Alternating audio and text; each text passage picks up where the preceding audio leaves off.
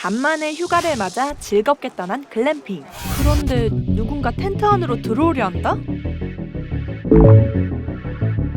얼마 전 커뮤니티와 SNS에서 많은 사람들의 분노와 공감을 산 글이 있었습니다. 여자 둘이 떠난 글램핑에서 모르는 남자들이 같이 놀자며 여자들이 묵고 있던 텐트 입구를 허락 없이 무단으로 연 사건입니다. 작성자와 친구는 공포에 떨다 결국 예약한 글램핑 숙소를 떠날 수밖에 없었다고 합니다. 코로나19 여파로 조용한 곳으로 캠핑이나 글램핑을 떠나는 사람들이 많아지고 있는 한편 이런 일을 겪거나 겪을까봐 두려움을 느끼는 사람들이 있습니다.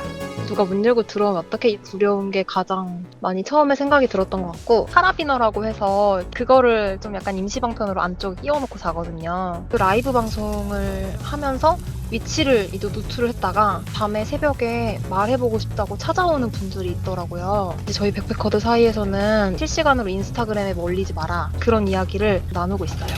만약 동의 없이 텐트 안으로 들어올 경우 법적으로 처벌받지는 않을까요? 주거 침입죄가 성립될 것으로 보이고요. 신체 일부가 들어온다든가 문을 열기 위해서 지퍼를 여닫는 행위 등도 충분히 실행의 착수로 평가될 수 있을 것으로 보입니다. 주거 침입죄의 경우에는 3년 이하의 징역이나 500만 원 이하의 벌금으로 처벌될 수 있습니다.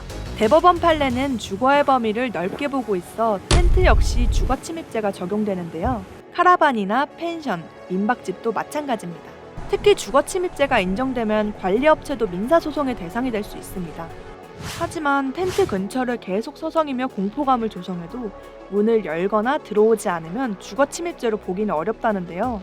밖에서 한 30분 동안 계속 서성거려도 얼마나 무섭겠어요. 근데 그걸 막을 방법이 없잖아요. 그럼 결국 그 경범죄 처벌법의 스토킹이나 이런 걸로 가야 되는데 일단 처벌이 너무 약해요. 그 성립 요건도 뭐 좀 까다롭고요. 이처럼 텐트 문을 직접 열거나 들어오지 않으면 계속 공포심을 줘도 처벌이 어려운 상황이라 제도적 개선이 필요하다는 목소리도 나오고 있습니다. 어떤 의도에서든 이런 식의 접근은 누군가에게 불쾌함과 공포를 불러일으킬 수 있고, 특히 동의 없이 텐트 문을 열거나 들어오는 행위는 명백한 범죄 행위임을 잊지 말아야겠습니다. 모두 안전하고 즐거운 휴가철 되길 바라요.